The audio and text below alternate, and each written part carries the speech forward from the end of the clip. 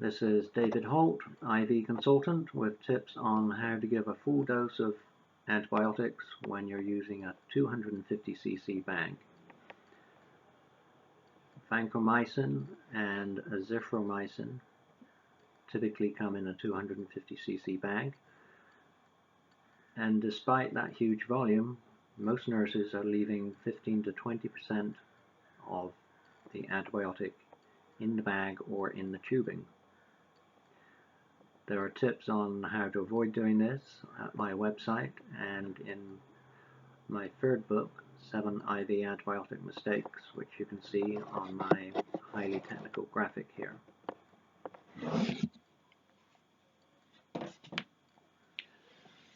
The problem that nurses have giving a full dose is that they misprogram the IV pump. The smart IV pumps have usually been pre-programmed to give exactly 250 cc's when you type in the drug that you are giving, such as 1 gram of vancomycin. This is a mistake on the part of the pharmacy committee, which decided that 250 cc's would be sufficient to get a full dose in. The pharmacists are not qualified to give IV antibiotics. They do not come to the floor and give them for us. In fact, they don't come to the floor and give any medications for us. It's the RN's full responsibility to give all of the antibiotics. The doctors assume that we are going to give a full dose of antibiotics, and so when the white blood count goes up instead of down, they probably think that it's a wrong antibiotic. If the culture and sensitivity is not in yet, they may switch antibiotics. So, how do you actually need to program your IV pump? You can use Holt's IV rule number 2 to calculate how much to program the pump to infuse for. Although you are only hanging a 250cc bag, you have your primary bag with typically 500 to 1000 cc's of fluid available to flush the antibiotic out.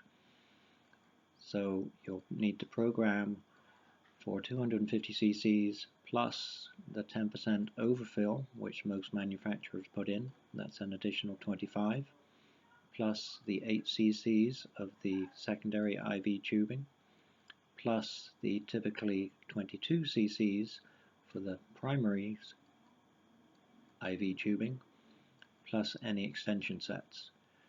So the end result is going to be somewhere around 300 to 315 cc's, which you will need to program as your volume to be infused. The rate of your infusion will never change. Even though you're giving over 300 cc's, the first 30 or so cc's going through that pump is going to prime the antibiotic from the bag into the tubing, and it will be somewhere over 10 minutes before any of it reaches the patient. The next 250 cc's will be the actual antibiotic going into your patient, and then we need an additional few cc's to finish flushing out the tubing.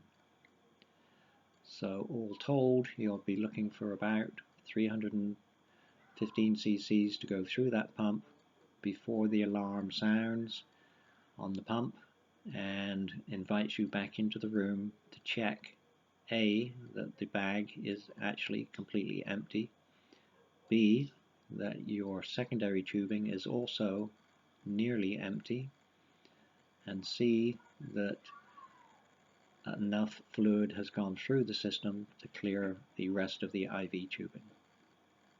Any more information can be found in my books or at my website.